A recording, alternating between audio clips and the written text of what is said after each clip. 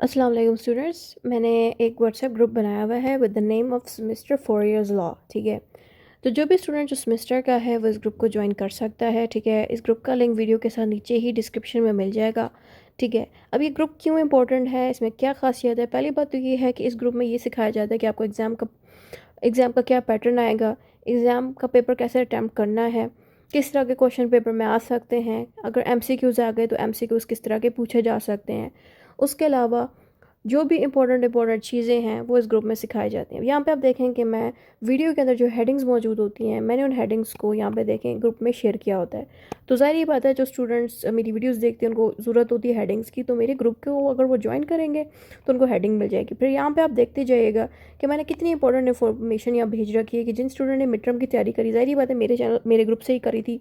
मैंने अपने ग्रुप में सारी बातें पीडीएफ्स भी शेयर की है, साथ में मैंने कुछ वीडियोस लिंक्स भी शेयर कर दिए थे। यहाँ टॉप पे मैंने वीडियो लिंक्स भी भेज रखे हैं इनको, ताकि ये वीडियो लिंक के ज़रिए भी समझ लें कि मैंने ये पीडीएफ क्यों भेजे हैं, और पीडीएफ ग्रुप में इसलिए शेयर कर दिया ताकि उनको आसानी से डाटा मिल जाए। साथ में मैंने लिंक्स भी यूट्यूब वीडियो के भेज रखे हैं, ऑडियोज़ पे भी समझा दिया है कि इन लोगों को, इन स्टूडेंट को कैसे अपने डाटे को रिवाइज़ करना है। और अल्हम्दुलिल्लाह जिन स्टूडेंट ने मिड टर्म की तैयारी मेरे साथ करी है उनके पूरे नंबर आए हैं अपने मिड टर्म के पेपर में। एक स्टूडेंट के सिर्फ एक नंबर कम थे पेपर में। अल्हम्दुलिल्लाह सारों का एक अच्छा रिजल्ट निकला है मिड टर्म का। इंशाल्लाह फाइनल की भी तैयारी मैंने इस पर स्टार्टअप करा दी है। जो भी स्टूडेंट इसको ज्वाइन करना चाहता है वो लिंक को ज्वाइन कर ले। इंशाल्लाह बाकी स्टूडेंट्स के साथ साथ आप लोगों को भी तैयारी करा दी जाएगी। अब आप टॉपिक को हम स्टार्ट करते हैं। वेलकम टू वेलावज अकेडमी इस्लामाबाद। यूनिट 6 के अंदर हमारे जो सेकेंड मार्शल लॉ में नेम जिनका मौजूद है उनका नाम है आगा मोहम्मद याया ख़ान। इनको शॉर्ट में आप याया ख़ान भी कह सकते हैं। ये उनकी ओरिजिनल तस्वीर है। अगर आपने पिछले मार्शल लॉज नहीं देखे तो उनकी वीडियोस मैं यहाँ लगा दूँगी। ये जो लिंक है ये बेसिकली यूनिट 2 में जितने भी मार्शल लॉज हैं, 4 है टोटल, उन चारों की वीडियोस मैंने इसी लिंक में लगा दी हैं। ठीक है, तो वीडियो स्टार्ट करने से पहले थोड़ा सा मैं अपने बारे में बता दूँ कि मैं क्लासेस भी देती हूँ ऑनलाइन। 1000 चार्ज रहता है क्लास का। 2 घंटे की क्लास होती है, गूगल मीट पे होती है, जिसमें क्या होता है कि स्टूडेंट अपनी साइड से अपना फेस नहीं दिखाता, सिर्फ उसका माइक ऑन हो, मेरी साइड से मेरा माइक ऑन हो, जिससे ये होता है कि मैं उस स्टूडेंट को 2 घंटे में पूरी बुक भी ख़त्म करा सकती हूँ। उस पर स्टूडेंट पे डिपेंड करता है कि आप वो 2 दिन में करना चाहता है या 1 दिन में, उसकी अपनी मर्ज़ी है। तो इस तरह से मैं ऑनलाइन क्लासेस भी प्रोवाइड करती हूँ। तो अगर आप में से कोई ऑनलाइन क्लास लेना चाह रहा है तो वो कॉन्टैक्ट कर सकता है। उसके अलावा नोट्स भी मैं सेल करती हूँ। चले, अब मैंने अपनी एडवर्टीज़मेंट कर दी, फिर आते हैं कंक्लूजन पे, सॉरी इंट्रोडक्शन में। इंट्रोडक्शन होता है टॉपिक का तारुफ। ठीक है, अच्छा, अब सर याया ख़ान ने बेसिकली 1969 से लेकर 1971 के अंदर मार्शल लॉ लगाया। अगर आपने मेरी पिछली वीडियोस नहीं देखी मार्शल लॉ की तो दोबारा से मैं इस वीडियो में मार्शल लॉ समझा देती हूँ। अगर कोई भी आर्मी का सबसे बड़ा हेड, चीफ हो गया या जनरल हो गया, जिसके पास सबसे ज़्यादा पावर होती है, आर्मी की कंट्रोल भी इसके हाथ में होती है, इन जनरल्स के पास होती है। तो जब भी कोई इस तरह का जनरल पाकिस्तान पे आके कंट्रोल कर ले अपना, और पाकिस्तान में जो सारे पॉलिटिशियन हैं उनको नौकरी से निकाल दे, उनकी पोस्टों से हटा दे और अपना कंट्रोल वहाँ पे ले ले, तो ऐसे मुल्क को जिसमें सिर्फ आर्मी कंट्रोल ले रही है, तो ऐसे टाइम पीरियड को हम कहते हैं मार्शल लॉ। इसका मतलब ये है कि अब सिर्फ आर्मी की कंट्रोल रहेगी हमारे मुल्क में, और आर्मी के बनाए हुए लॉस को हमें फॉलो करना पड़ेगा। सही हो गया। तो हमने बताना है कि Yahya Khan was a time when general Agha Mohammad Yahya Khan rule Pakistan. आपने बताना है कि याया खान के एरा का मतलब ये है, एरा होता है दौर के लिए यूज़ किया जाता है, दौर। ठीक है, याया खान का जो दौर है उसका मतलब यह है कि ऐसा टाइम पीरियड जिसमें जनरल आगा मोहम्मद याया खान ने पाकिस्तान को रूल किया, यानी कि पाकिस्तान पे कंट्रोल करके उसको चलाया। He became the president and military ruler after general Ayub Khan, यानी कि जिस दिन जनरल अयूब खान ने रिटायर किया उसी वक्त ही मोहम्मद याया खान ने जो है कंट्रोल अपना ले लिया। अब पिछले वाले जनरल अयूब खान के साथ क्या हुआ वो भी आपको उन्हीं पिछली मार्शल लॉ की वीडियोस में पता चलेगा, जो इसका मैंने लिंक पहले लगाया था। This period is very important in Pakistan history because it led to big political problems and creation of Bangladesh in 1971। इसमें यह बताया गया कि पाकिस्तान की हिस्ट्री में भी जनरल याया खान का भी बहुत ही इम्पोर्टेंट रोल अदा किया गया है। ठीक है, क्यों? क्योंकि पाकिस्तान की हिस्ट्री को अगर देखा जाए, यानी कि जब अयूब खान का वक्त था तो उस वक्त में भी बहुत कुछ ऐसा हुआ जिसकी वजह से अयूब खान को निकाला गया। तो उस वक्त पॉलिटिक्स में भी बेतहाशा प्रॉब्लम्स लगी, हर सिचुएशन पे बड़ी प्रॉब्लम्स लगी। तो इसी वजह से याया खान आ गए और उन्होंने आके इस सिस्टम को संभाल लिया। लेकिन अफसोस की बात ये हुई कि उस वक्त बांग्लादेश बन चुका था, यानी कि पाकिस्तान का जो ईस्ट साइड थी जिसको अयूब खान ने इग्नोर बहुत ज़्यादा करा था, उसी वजह से अब वो इलाका पाकिस्तान का हमसे अलग हो गया और बांग्लादेश में तब्दील हो गया, यानी कि बांग्लादेश बन गया। मीनिंग की बात करी जाए तो इसमें एरा मौजूद है, यानी कि एक टाइम पीरियड मौजूद है।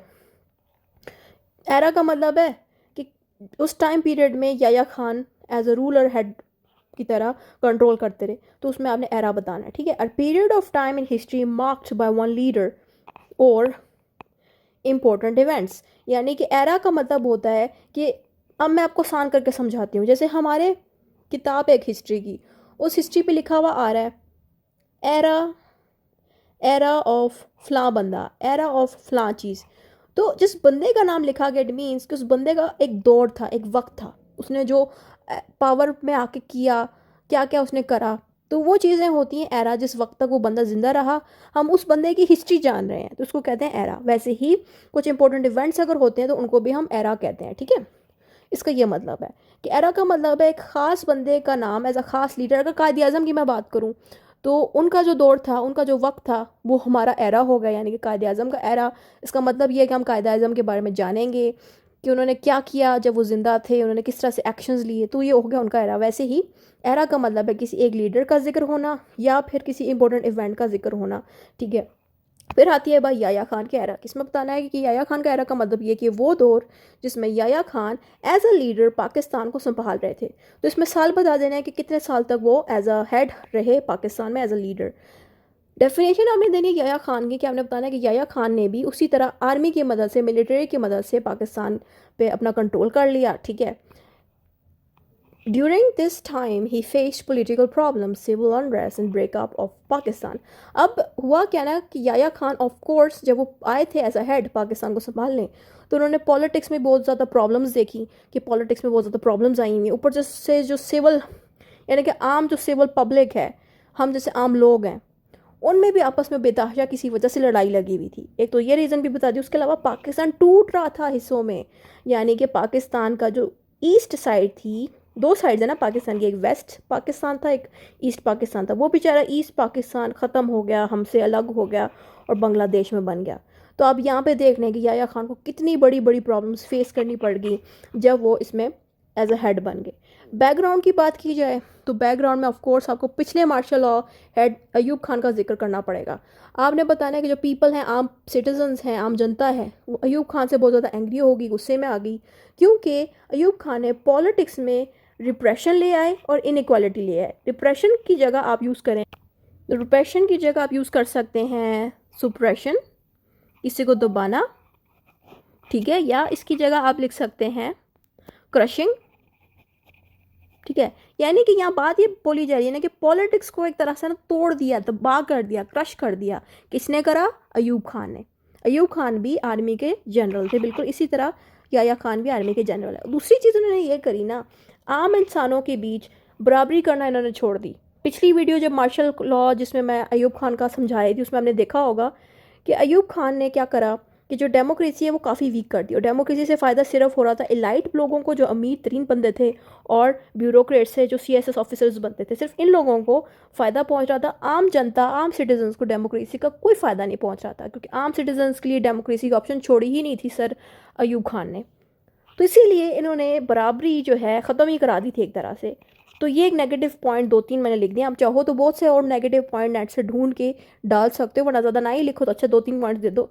तो ऐसा ना एग्जामिनर कह दे इतना ज़्यादा बुरी बातें लिख दी हैं। अच्छा, फिर आता है massive student protest and strikes forced him to resign in 1969। पर आपने बताना है कि जो स्टूडेंट्स हैं, ऑफकोर्स स्टूडेंट्स को काफ़ी तकलीफ से गुजरना पड़ गया सर अयूब खान की वजह से, क्योंकि ऑफ कोर्स जो एग्जैक्ट वर्डिंग्स है ना कि क्यों तकलीफ पहुंची स्टूडेंट्स को, आपको नेट पे मिल जाएगी, क्योंकि अयूब खान की इस नेगेटिव रोल की भी बहुत बड़ी लिस्ट है, इस बुराई की। तो मैं वो ज़्यादा डालना नहीं चाहती, बुरा इंप्रेशन पड़ेगा अगर हम किसी लीडर की इस तरह बार बार बुराई लिखें। इसलिए मैंने बस यहाँ पे बता दिया कि जो स्टूडेंट्स हैं वो सड़कों पे निकल आए, स्ट्राइक्स की, सड़कों पे बैठ गए। स्ट्राइक्स मीन्स कि सड़कों पे बैठना, सड़कों पे निकलना, टायर जलाना। आपने देखा ही होगा लोग करते हैं इस तरह।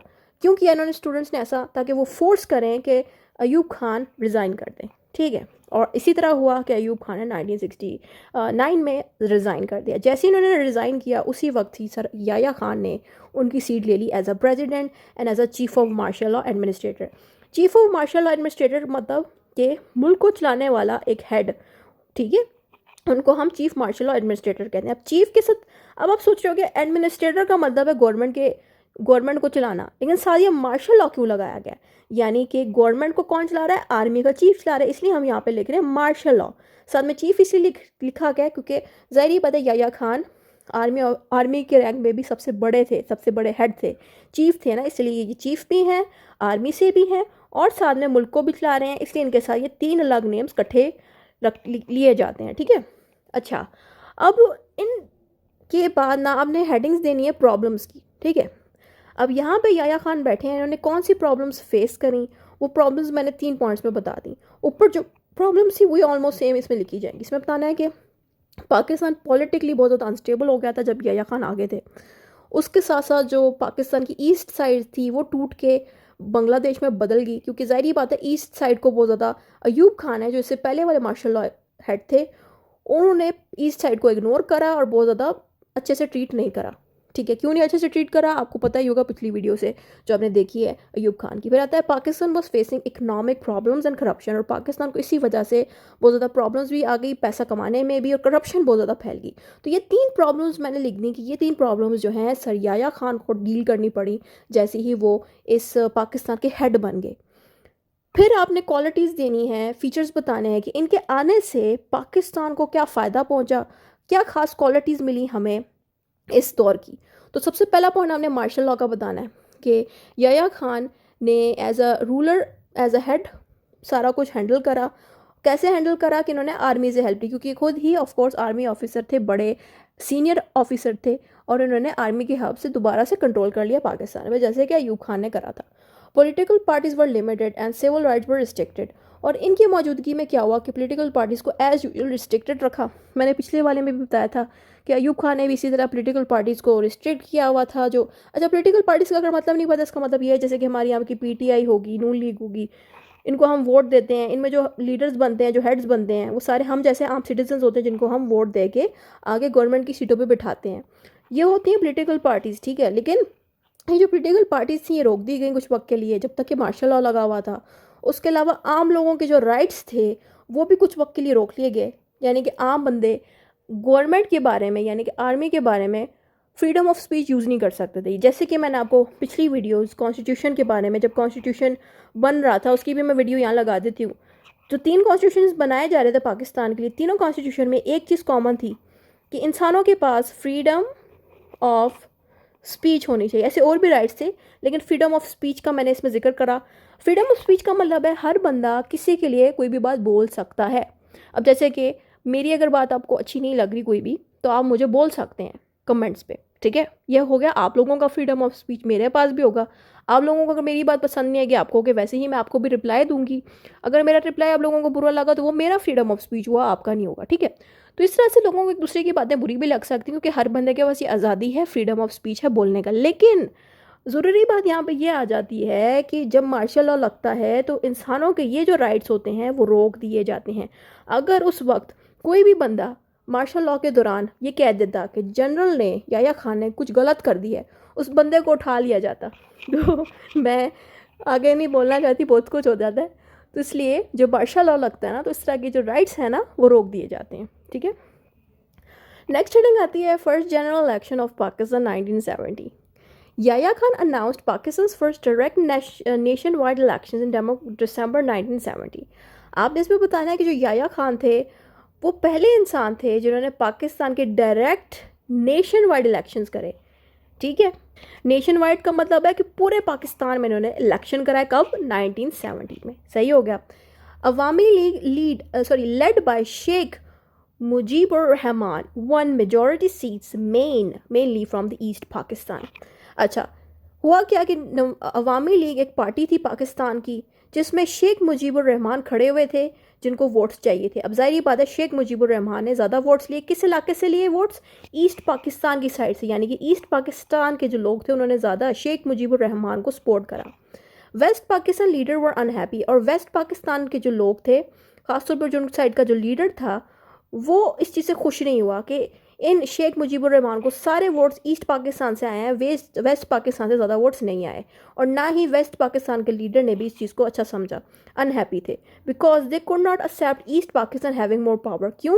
क्योंकि जो वेस्ट पाकिस्तान है, ज़ाहिरी बात है वो इस चीज़ को पसंद नहीं कर रहा था कि ईस्ट पाकिस्तान के पास ज़्यादा पावर्स आ जाएंगे इस तरह से अगर शेख मुजीबुर रहमान जीत जाएंगे। कितनी बुरी बात है, पाकिस्तानी आपस में इतनी नफरत कर रहे हैं। फिर आता है 6 पॉइंट्स प्रोग्राम। 6 पॉइंट प्रोग्राम का मतलब ये है कि जब शेख मुजीबुर रहमान, जिनके ऊपर जिक्र है, ये जब जीत गए थे तो इन्होंने क्या करा, ईस्ट साइड की जो गवर्नमेंट थी ना उसको ज़्यादा स्ट्रॉन्ग करने के लिए इन्होंने कुछ पॉइंट्स दिए थे मेन गवर्नमेंट को और कहा मेन गवर्नमेंट से कि ईस्ट साइड की जो गवर्नमेंट है उसको और स्ट्रॉन्ग बनाया जा सके। ठीक है, West Pakistan leader rejected this plan. और जो वेस्ट पाकिस्तान के जो लीडर्स थे उनको ये आइडिया शेख मुजीबुर रहमान का अच्छा नहीं लगा, क्योंकि ये जो लीडर्स थे ये वेस्ट साइड के थे और Sheikh Mujibur Rahman basically East side के लीडर थे। वैसे कितनी बुरी बात है, इस तरह नहीं करना चाहिए कि पाकिस्तानी आपस में लड़ रहे हैं। फिर आता है political deadlock. Yahya Khan tried to mediate between the east and west Pakistan. Yahya Khan ने पूरी कोशिश की कि ईस्ट साइड के लीडर और वेस्ट साइड के लीडर आपस में इंसान बन के रहें, लड़े ना। No agreement could be reached and tension grew. आपस में इन्होंने सुलह नहीं करी दोनों लीडरों ने, जिसकी वजह से लड़ाई जो थी वो बढ़ गई, टेंशन यानी कि लड़ाई बढ़ गई। नेक्स्ट हेडिंग आती है military action in east Pakistan, operation search light. फिर आर्मी वालों ने क्या करा, ईस्ट पाकिस्तान पे एक्शन ले लिया। क्या एक्शन लिया वो अब हम रीड करते हैं। On 27 of March 1971, Yahya Khan sent the army to east Pakistan to stop the independence movement. अब हुआ पता है क्या ना, 1971 में जो ईस्ट पाकिस्तान के लोग थे उन्होंने सारे जो आम इंसान भी थे और जो लीडर खुद थे उन सब ने मिल के कहना शुरू कर दिया सड़कों पे निकल के कि उनको आज़ादी चाहिए पाकिस्तान से, वो पाकिस्तान के साथ नहीं चल सकते, यानी कि पाकिस्तान के वेस्ट साइड के लोगों के साथ नहीं चल सकते। यहीं से जाके बर्बादी स्टार्ट होगी। अब हुआ क्या कि ये लोग सड़कों पे निकले, ज़ाहिर बात है कोशिशें इन सब ने करी, तो इसी वजह से 1971 में बांग्लादेश बन गया। क्यों बना? ज़ाहिर बात है ऐसे लोग जो सड़कों पे निकल रहे हैं, ज़ाहिर बात है वो वायलेंट होते हैं, काफ़ी खौफनाक हो जाते हैं, जो अपने हक़ के लिए आवाज़ उठाने वाले लोग होते हैं। ज़ाहिर बात है अल्लाह ताला हिम्मत वाले लोगों को ही सक्सेस देता है कि उनका मुल्क बन पाए। तो ऐसी बात यहीं पे लिखी गई है कि ईस्ट पाकिस्तान के जो लोग थे वो बहुत ज़्यादा जज्बाती हो गए कि उनको भी उसी तरह ट्रीट किया जाए जैसे कि वेस्ट पाकिस्तान को ट्रीट किया गया था। बट अनफॉर्चुनेटली वेस्ट पाकिस्तान की इसी बिहेवियर की वजह से ईस्ट पाकिस्तान खुश नहीं हुआ और ईस्ट पाकिस्तान ने डिमांड रख दी कि उनको आज़ाद कर दें, अलग कर दें वेस्ट पाकिस्तान से। पाकिस्तान ये वाला हिस्सा सिर्फ पाकिस्तान को मिल जाए, हमें आप बांग्लादेश बना दें। ये हुआ था। क्यों हुआ? क्योंकि ज़ाहिर बात है लोगों को जानों से मारना शुरू कर दिया इन्होंने, ईस्ट पाकिस्तान के लोगों ने और वेस्ट पाकिस्तान के लोगों ने। वायलेंस बहुत ज़्यादा हो गया, डिस्ट्रक्शन हो गया, आसपास सब कुछ तोड़ना इन्होंने शुरू कर दिया, यानी कि गवर्नमेंट की सारी चीज़ें तोड़ना शुरू कर दी। इसे आप खुद अंदाज़ा ले लें किस तरह के हालात हुए होंगे। फिर आता है बांग्लादेश लिबरेशन वॉर। फिर बांग्लादेश वालों ने क्या करा, यानी कि ईस्ट पाकिस्तान के लोग बांग्लादेशी हैं ना, तो उन्होंने क्या करा, जंग के लिए एक्शन ले लिया। यानी कि उन्होंने कह दिया कि अगर हमें इंडिपेंडेंस नहीं मिली तो हम वेस्ट पाकिस्तान के साथ जंग करेंगे। ठीक है, सिविल वॉर करेंगे। और वही हुआ। 25 मार्च 1971 को सिविल वॉर स्टार्ट हो गई। किसके बीच? ईस्ट पाकिस्तानियों के बीच और वेस्ट पाकिस्तानियों के बीच। और ऐसी सिचुएशन पे इनको सपोर्ट पता है किसने किया? इंडिया ने किया। यानी कि इंडियन लोगों ने ईस्ट पाकिस्तान को सपोर्ट किया कि जाओ तुम लोग पाकिस्तानियों से लड़ो। कितनी बुरी बात है वैसे। On 16 of December 1961 the Pakistani army surrendered, यानी कि पाकिस्तानी आर्मी ने जवाब दे दिया, क्योंकि ज़ाहिर बात है ईस्ट पाकिस्तान को इंडिया भी सपोर्ट कर रहा था, इंडिया की भी आर्मी आ गई थी, इसलिए पाकिस्तान वहाँ कमज़ोर पड़ गया। तो वो जो ईस्ट पाकिस्तानी लोग थे अब वो अलग मुल्क बन गया बांग्लादेश के नाम से और उनको आज़ादी मिल गई। ये चीज़ हुई। फिर नेक्स्ट हेडिंग आती है अचीवमेंट ऑफ याया खान। याया खान ने क्या अचीव करा वो मैंने वैसे 2 पॉइंट्स में लिखा, आप चाहो तो उनके अचीवमेंट के बारे में ज़्यादा चीज़ें लिख सकते हो। मैंने बताया कंडक्टेड दी पाकिस्तान फर्स्ट जनरल इलेक्शन। इन्होंने अचीवमेंट ये हासिल करी कि इन्होंने पाकिस्तान का फर्स्ट जनरल इलेक्शन हेल्ड करा, यानी कि पूरे पाकिस्तान में इन्होंने इलेक्शंस करवाए थे। उसी की वजह से तो लड़ाई लगी थी। इन्होंने जब इलेक्शंस करवाए तो वेस्ट और ईस्ट पाकिस्तान में जब वोटिंग की बारी आई तो ईस्ट पाकिस्तान को ज़्यादा वोट्स मिल गए, वेस्ट पाकिस्तान को नहीं मिले। और वेस्ट पाकिस्तान हमेशा से मॉडर्न रहा है, ज़्यादा पैसा इन्होंने नहीं कमाया है। कराची और लाहौर की साइड थी वेस्ट पाकिस्तान, वैसे ही जो दूसरी साइड थी उसमें सारे बांग्लादेशी थे। ईस्ट की साइड पे उनको शुरू से इग्नोर किया गया, लेकिन जब इलेक्शंस की बारी आई, सबसे ज़्यादा इन्होंने वोट जीते, ये चीज़ जो है बर्दाश्त नहीं हुई वेस्ट पाकिस्तान के लोगों से, तो बस इसी वजह से फिर एंड पे जाके बांग्लादेश बन गया। फिर आता है try to maintain peace and order in politically unstable time, और इनका खास अचीवमेंट ये थी कि इन्होंने पीस एंड ऑर्डर को मेंटेन करने की कोशिश की उस वक्त में जब पॉलिटिक्स में बहुत ज़्यादा लड़ाई लगी हुई थी, ठीक है। अब आती है प्रॉब्लम्स एंड फेलियर्स की। प्रॉब्लम्स एंड फेलियर्स में हमने बताना है कि क्या क्या हुआ जिसकी वजह से इनको बहुत प्रॉब्लम्स को फेस करना पड़ा। हमने बताना है कि could not solve the East Pakistan political demand. इन्होंने कोशिश पूरी करी थी कि ईस्ट पाकिस्तान को भी उतना ही सपोर्ट मिले जितना कि वेस्ट पाकिस्तान ने कामयाबी हासिल करी थी, बट अनफॉर्चुनेटली वेस्ट पाकिस्तान जो थे उन्होंने ही गलत हरकत करी कि ईस्ट पाकिस्तान में रहने वाले लोगों को इन्होंने सपोर्ट नहीं करा, ना ही इनके साथ अच्छा सलूक करा। इसी वजह से याया खान ने पूरी कोशिश तो की थी कि ईस्ट पाकिस्तान जो है सॉल्व हो जाए इनका मसला, और वो इंडिपेंडेंस की बात ना करें, यानी कि आज़ादी की बात ना करें, बांग्लादेश बनाने की बात ना करें, बट अनफॉर्चुनेटली वो कर नहीं पाए। Military action cause the massive death and the refugee crisis. अब जो आर्मी ने अटैक करा उससे क्या हुआ कि बहुत लोगों की जानें गई इस वजह से, और बहुत सारे लोग घरों से उजड़ गए इसी हरकत की वजह से, यानी कि घर उनके सर से चले गए। कितनी वैसे बुरी हरकत है। मुझे दुख इस बात का नहीं हो रहा कि अयूब खान जो है लीडर बने थे, उन्होंने आर्मी की मदद से कंट्रोल कर लिया पाकिस्तान। मुझे दुख इस बात से हो रहा है कि पाकिस्तानी जो खुद मुसलमान भी हैं एक दूसरे के साथ जंगे कर रहे हैं। कितनी बुरी बात है, ये चीज़ कितनी खतरनाक है, लोगों के दिलों में इतना जहर डाला है। फिर आता है Pakistan lost east Pakistan and became smaller, और पाकिस्तान लूज़ कर गया ईस्ट पाकिस्तान को याया की वजह से। याया वैसे ना भी होते ना फिर भी लूज़ होना ही था, क्योंकि जिस तरह की हरकतें आम सिटीजन्स ने एक दूसरे के साथ करी, जाहिर बात है जो पॉलिटिशियंस थे ये आर्मी के बंदे थोड़ी थे जिन्होंने ये कहा कि नहीं हम वेस्ट पाकिस्तान ज़्यादा बेहतर है, ईस्ट पाकिस्तान अच्छा नहीं है। ये आम सिटीजन्स ही थे जो आपस में लड़े थे। जनरल याया खान तो आर्मी वाले बंदे थे, तो बाद में आए थे, मसला तो पहले का स्टार्ट हुआ था। यही चीज़ होती है ना कि हम क्या करते हैं, कराची वालों को कहते हैं कि कराची वाले ऐसे हैं तो वैसे हैं, लाहौर वालों को कहते हैं नहीं ऐसे हैं तो वैसे। ये लड़ाइयाँ भी नहीं करनी चाहिए। कितनी बुरी बात है कि हम एक दूसरे का मजाक उड़ाते हैं, हम एक दूसरे को बुरा फील करवाते हैं, ठीक है। और गवर्नमेंट को भी चाहिए कि जैसे पाकिस्तान लाहौर को अच्छा बना रहे हैं वैसे ही गवर्नमेंट को चाहिए कि कराची में भी वो फैसिलिटीज़ ज़्यादा से ज़्यादा लेके आएँ, वहाँ पे भी चीज़ें और बेहतर हों, खैबर पख्तूनख्वा में भी बेहतर हो, कोई भी साइड इग्नोर नहीं होनी चाहिए। अच्छा, फिर आता है डेमोक्रेसी। डेमोक्रेसी में हमने बताना है कि डेमोक्रेसी रिस्टोर नहीं कर पाई याया खान। डेमोक्रेसी में क्या होता है ना कि आम सिटीज़न अपनी पसंद के बंदे को, पसंद के लीडर को वोट देते हैं और फिर वो गवर्नमेंट के इदारे में बैठता है। लेकिन इनके वक्त में भी, याया खान के वक्त में भी डेमोक्रेसी सिस्टम दोबारा से भी इस्टेब्लिश नहीं हो पाया, और आर्मी ने कंटिन्यू अपनी पावर्स करी, ठीक है। यानी कि एकदम से इन्होंने कुर्सी नहीं छोड़ी, ये भी अपनी कुर्सी पे बैठे रहे एज अ प्रेसिडेंट याया खान, और डेमोक्रेसी सिस्टम भी अब तक ईजाद नहीं हुआ, ठीक है। End of Yahya Khan era 1971 में याया खान ने रिज़ाइन कर दिया था ऑफिस को 20 दिसंबर से, सही है, क्योंकि उस वक्त ना बांग्लादेश बन गया और पाकिस्तान हार गया, और याया खान ने देख लिया कि मैं तो कुछ नहीं कर पाया इस दफ़ा, मैं हार गया हूँ, तो उन्होंने खुद ही रिज़ाइन दे दिया। क्योंकि ज़ाहिर बात है बांग्लादेश बना कोई छोटी बात नहीं है, हमारी एक नाकामी है हम पाकिस्तानियों की कि हम लोगों ने अपने ही बंदों के साथ लड़ाई करी, अपने ही बंदों के को इतना तकलीफ़ दे दी जो कि ईस्ट साइड पर रहते थे। फिर आता है Zulfikar Ali Bhutto became the new president and chief martial law administrator. अब हमारे तीसरे जो मार्शल लॉ वाले इंसान हैं वो हैं जुल्फ़िकार अली भुट्टो। जुल्फ़िकार अली भुट्टो अभी नेक्स्ट चैप्टर में आएंगे, इसकी दूसरी वीडियो है आपको स्क्रीन पे दिख रही होगी। ये जुल्फ़िकार अली भुट्टो के बारे में आप उस वीडियो पे जाके समझ लें। ये नेक्स्ट प्रेसिडेंट बन गए थे पाकिस्तान के, यानी कि next chief of martial law administrator बन गए। जुल्फ़िकार अली भुट्टो एक आर्मी ऑफिसर नहीं थे, ना ही ये मिलिट्री में थे, बट फिर भी इनको चीफ ऑफ मार्शल एडमिनिस्ट्रेटर क्यों कहा गया? वो इसलिए कहा गया कि जो duty and responsibility chief martial law administrator की थी वो ड्यूटी जुल्फ़िकार अली भुट्टो को दे दी गई, क्योंकि उस वक्त पाकिस्तान एक बड़े बहुत ही बुरे सदमे से गुजरा कि बांग्लादेश जो बना था वो पाकिस्तान के लिए कोई छोटी बात नहीं थी, ठीक है। और ऐसी सिचुएशन को हैंडल करने के लिए जुल्फ़िकार अली भुट्टो एक नॉर्मल सिविलियन थे, एक नॉर्मल सिविल बंदे थे, हम जैसे, जो आर्मी वगैरह के नहीं थे।